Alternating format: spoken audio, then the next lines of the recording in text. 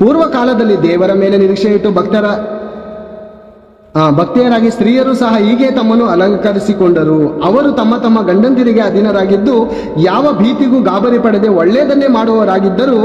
ನೋಡಿ ಪ್ರೇರೆ, ಸತ್ಕ್ರಿಯೆ ಮೂಲಕ ಅಲಂಕಾರ ಎಂಬುವಂತ ನೋಡುವಾಗ ನಾವು ಪ್ರೇರೆ ದೇವರ ವಾಕ್ಯ ಎಂಬುವಂತ ಆ ಒಂದು ಆತ್ಮರಕ್ಷಣೆಯ ವಾಕ್ಯಗಳಿಂದ ನಾವು ಅಲಂಕಾರ ಹೊಂದಬೇಕಂತೆ ಪ್ರೇರೆ.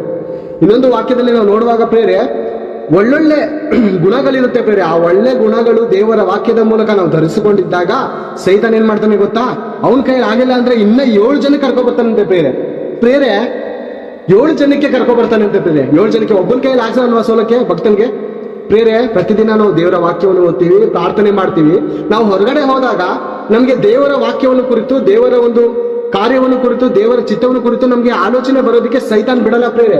ಯಾಕೆಂದ್ರೆ ಮೊದಲಿಗಿಂತ ಹೆಚ್ಚಿನವರಾಗಿರ್ತಾರೆ ಅವರು. 7 ಜನ